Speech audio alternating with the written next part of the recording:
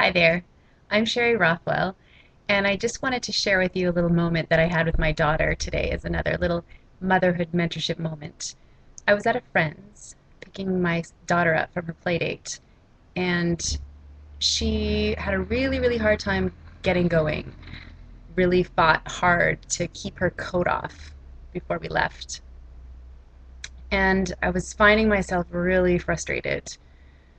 We were in a hurry, she needed to get to school, and I found myself wondering, why do children have to do this?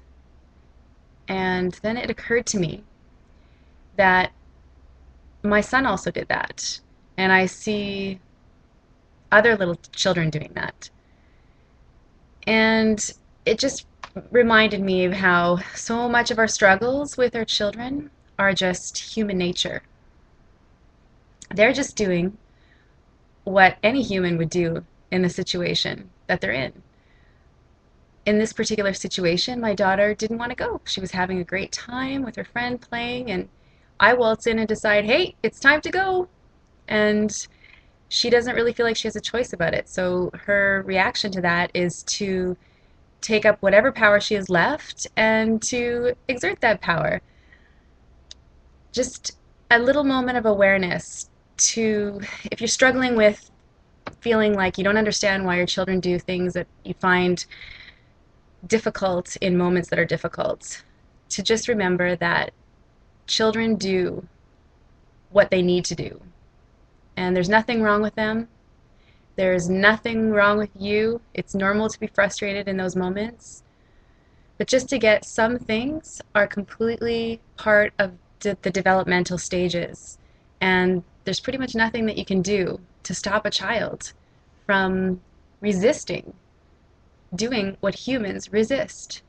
Humans resist other humans' forces getting in front of their free will. Not to say that I have the answers for how to deal with that situation, where there's always going to be a situation in which, we're in a hurry and there's we couldn't have been more prepared because we're just in the moment. But there is ways that we can make it more,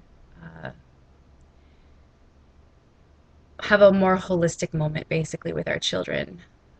I could have warned her. I could have said, we're going to be leaving in 3 minutes, explain to her why, and get her agreement, or at least acknowledged that she really wanted to stay, even though we needed to go.